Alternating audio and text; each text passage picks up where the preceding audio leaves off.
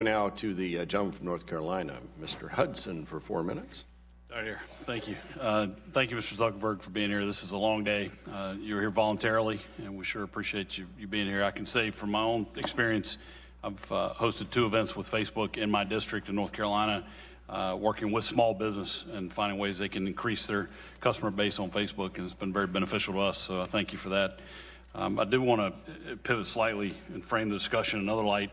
For my question, one of the greatest honors I have is I represent the men and women at Fort Bragg, the epicenter of the universe, home of the Airborne Special Operations. You visited last year. I did. Very well received. So you understand that due to the sensitive nature of some of the operations these soldiers conduct, that many are discouraged or even prohibited from having a social media presence.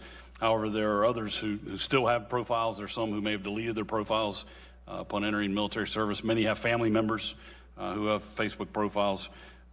And as we've learned, each one of these users' information may have been shared without their consent. There's no way that Facebook can guarantee the safety of this information on another company's server if they sell this information. If private information could be gathered by apps without explicit consent of the user, they're almost asking to be hacked.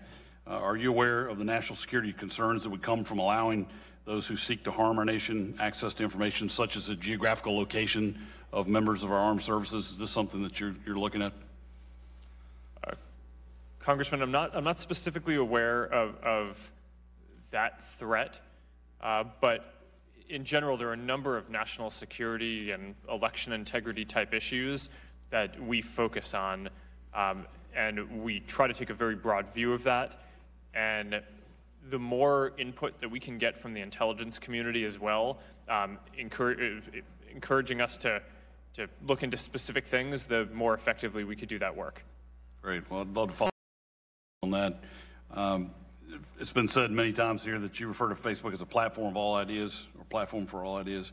I know you've heard from many yesterday and today about concerns regarding Facebook's censorship of content, particularly content that may promote Christian beliefs or conservative political beliefs. I have to bring up Diamond and Silk again because they're actually from my district, but I think you've addressed these concerns, but I think it's also become very apparent, and I hope it's become very apparent to you, that this is a very serious concern. I actually asked on my Facebook page for my constituents to give me ideas of things they'd like me to ask you today, and the most common question was about personal privacy. So this is something that I think there is an issue. There's an issue that your company, in terms of trust with consumers, I think you need to deal with. I think you recognize that based on your testimony today. But my question to you is, what is the standard that Facebook uses to determine what is offensive or controversial, and how's that standard been applied across Facebook's platform? Congressman, this is an important question. So there are a couple of standards.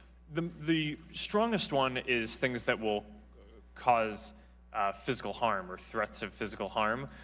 But then there's a broader standard of hate speech and speech that might make people feel just broadly uncomfortable or unsafe in the community. That's probably the most difficult to define. So I guess my question is, how do you apply, what standards do you apply to try to determine what's hate speech versus what's just speech you may disagree with?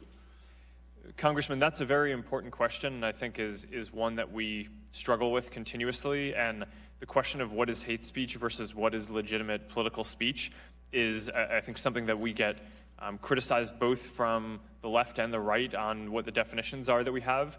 It's nuanced, and what we try to lay this out in our community standards, which are public documents that we can make sure that you and your office get to look through the definitions on this. But this is an area where I think society's sensibilities are also shifting quickly, and it's also very different in different countries. Just run out of time here. I hate to cut you off, but let me just say that based on the statistics Mr. Scalise shared and the anecdotes we can provide you, it seems like there's still a challenge when it comes to conservative, and I hope you'll address that. I agree. So with that, Mr. Chairman, I will